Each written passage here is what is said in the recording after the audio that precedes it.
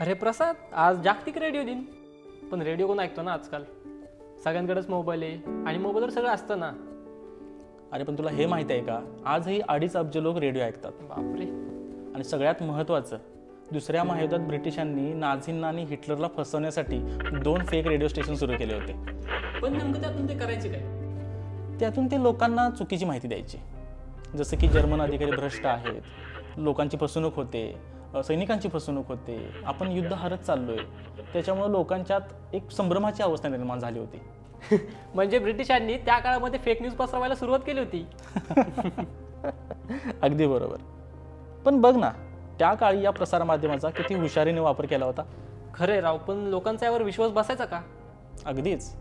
कारण ते जर्मन भाषेमध्ये असायचं, त्यांच्या स्टाईलने.